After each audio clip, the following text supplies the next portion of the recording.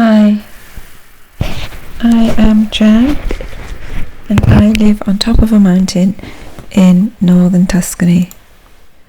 I haven't released a video for a while because I've had a birthday. I've been processing lots of wool. That's just some merino and silk I've been spinning.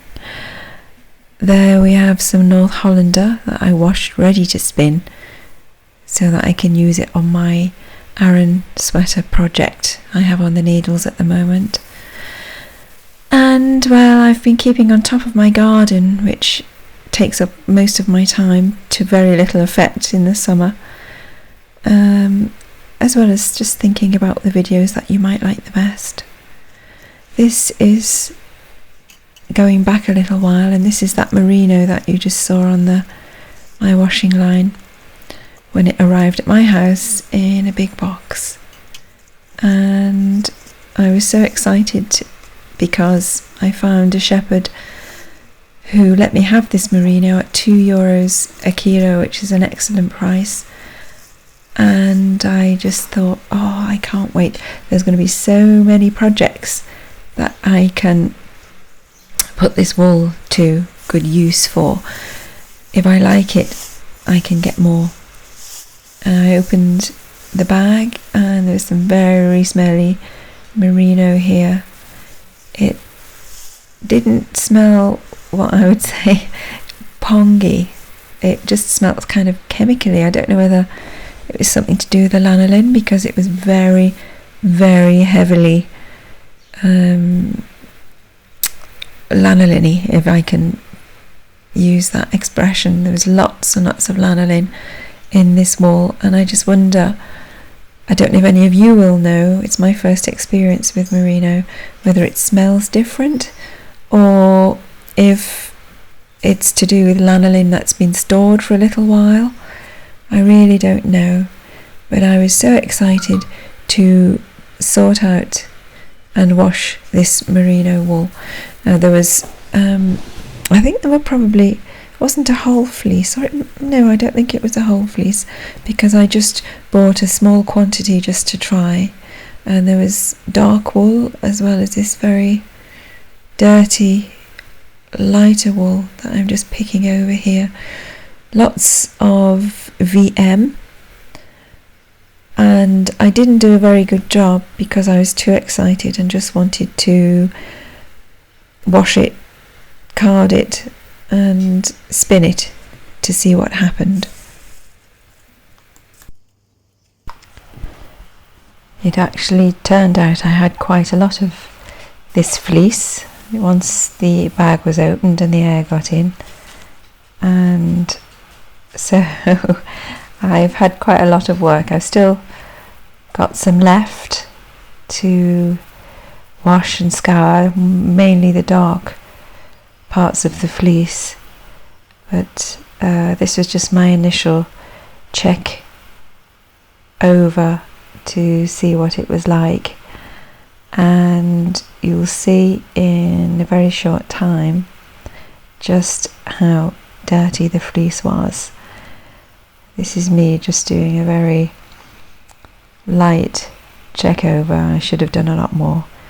It just meant I had lots of work to do at the other side of the scour, and I wish I'd done this properly, but it's one of my flaws. I'm very impatient when I'm excited about something. I suppose lots of us are the same with this. Here it keeps going and going, this fleece, and I was just basically, as I mentioned before, trying to find the best parts of the fleece for this initial attempt at washing, ready to spin.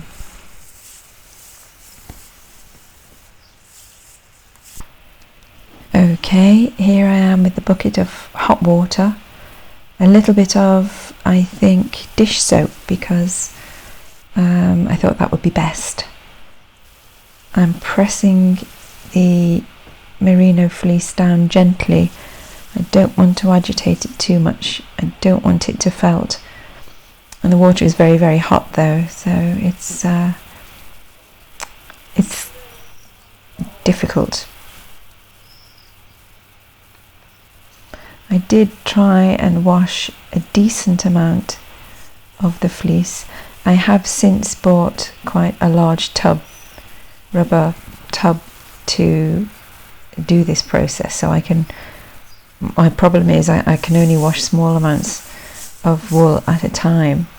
I want to be able to scour bigger quantities, but anyway, I have a bigger tub now, and I did most of the rest of the light part of the fleece about a week later in the big tub. Taking you down to have a look at that filthy water. It was like coffee with milky coffee, very greasy. And this is some of the fleece that is left, and there's some dark in there, as you can see, which I'm going to process separately. This is that North Hollander you saw on the washing line before. It was absolutely beautiful. I didn't really need to card it. I could have just flicked the ends and spun as it was, but I wanted to card it to make it easier to spin, I guess, because I'm going to run out of yarn soon on my Aran jumper. This, I had to just take a piece of it to the table before I carded so you could see the crimp. It's beautiful stuff. It's a really nice wool fibre to actually spin, especially after processing a lot of that merino. This is my Aran sweater in the North Hollander fibre, which I didn't actually spin to make an Aran sweater. I just wanted to knit one in my family name, Irish clan name. This is the merino fleece after washing. I panicked at first and thought it was felted, but it's not. Beautifully soft though, but still, this is the second batch actually. I managed to get more lanolin out. This is the merino one. I've added a bit of silk and I've carded it, made a small ball of fluff ready to spin. It is really soft. It did get a bit neppy, but other than that it wasn't too bad. Nice and soft. This now is my skein of merino and silk. I made some labels just because I've got so much yarn now. I kept some of the neps in. It's all an experiment at the moment for me. I want to knit or crochet a shawl with this fairly fine yarn, and anyway, I've labelled it with my labels. I will dye it. I've got some natural dyes on their way to me. I don't want to grow and just use my garden plants at the moment because most of them will fade. So I bought some dye on Etsy, which is on its way to me. I'm knitting my Aran sweater. It's actually the first time I've knitted one. I've done cable before and patterns obviously, but the very first time I've actually knit an Aran sweater. And I didn't actually, as I mentioned before, I didn't spin this yarn to make an Aran sweater. I just decided I wanted to knit one, and this was the right sort of colour. It's probably a little bit on the yellow side, but it also, I spun the yarn in the grease, so I've been spinning some carded North Hollander, the carded wool I showed you earlier in the video, and I think once I've plied it, it will be a lot fluffier than this yarn that I spun in the grease, but we'll see. I really enjoy knitting with my own homespun yarn. and Aran is easier than I thought. I've always been told it's very difficult. Each bit is done in a block, so we have a block for one part of the pattern, a block for another and another, and I just separate each one with a stitch marker so that I don't get confused, and I always know when I can start the next pattern block. There's my yarn. It's lovely to knit with, as I mentioned, and that's my last little bit before I finish the new yarn that I'm spinning, which I think is going to come out a lot fluffier because it wasn't spun in the grease, it was carded first. It's very woolen and it will look different on the sweater, but I don't mind. The sweater is going to be for personal use and just when I'm in the garden to keep me warm. I found the pattern online, and it does Irish clan Aran sweaters, and I keep it on my tablet so it's easy to refer to and I haven't got bits of paper all over the place. I did find a mistake, so I just altered the pattern so that I don't get confused, and I do mark up every single row, but just on an old envelope, so every column here, and each column is divided into different sections, so each little section has a column of 4 rows, and each column represents a row that I've actually knitted. I always, after every single row, mark it up. It's not tedious in the sense that I'm enjoying knitting it so much. I'm not in a rush. I just want to enjoy the pleasure of knitting. I wanted to talk a little bit more about my merino and silk yarn that I have spun recently, and you saw it in a little bit earlier in the video. Now my yarn is plied. It was a little bit neppy, there were bits of fluff, so I've experimented. I've kept some and I've disregarded others. My daughter's got this most beautiful yarn that was given to her from a friend in Paris, and I just wondered why this is silk and merino and it's so soft and it's different to mine. Yes, this has been dyed and I will dye mine, but I realised the other day it's actually a single, it's not plied. And so with my next batch of merino and silk that I intend to spin soon, I am going to leave the yarn as a single, and I don't know if you can see it there, the difference.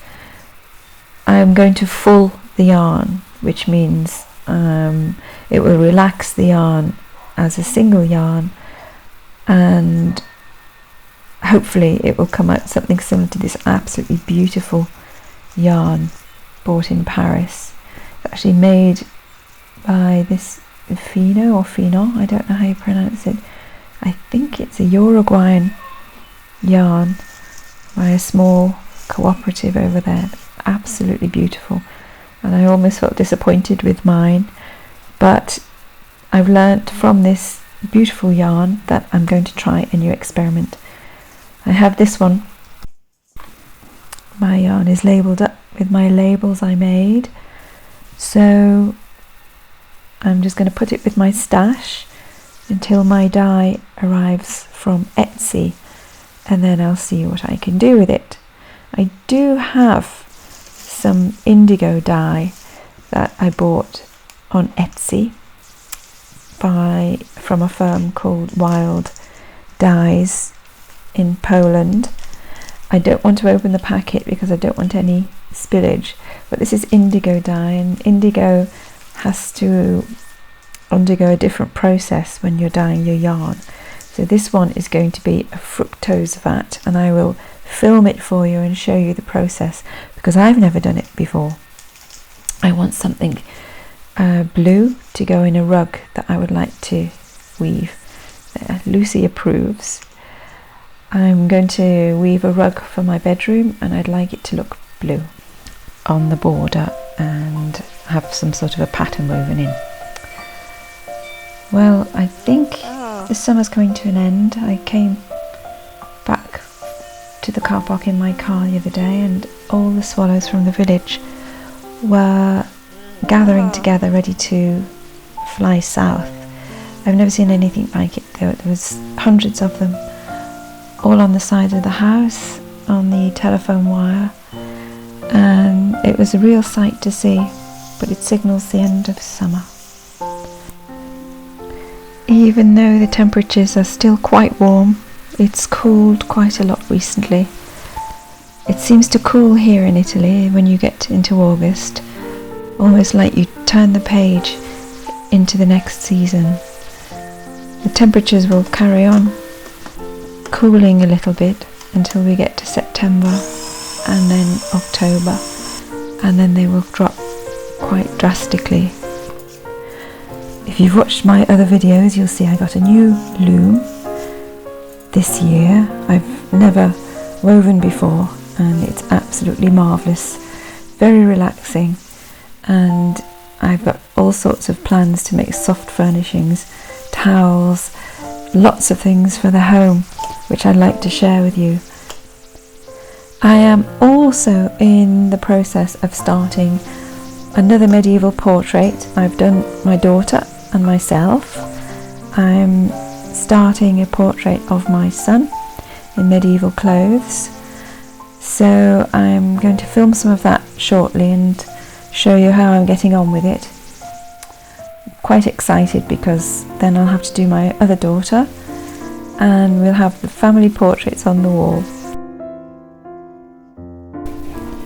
This, by the way, is a tarte tatin made with some apples we had left over, and it was absolutely delicious with a big blob of mascarpone. Absolutely wonderful. Well, I'm sad to say it's time to go now. Please like this video, subscribe to my channel and hit the notification bell so you'll be the first to know when I've released a new video. See you soon.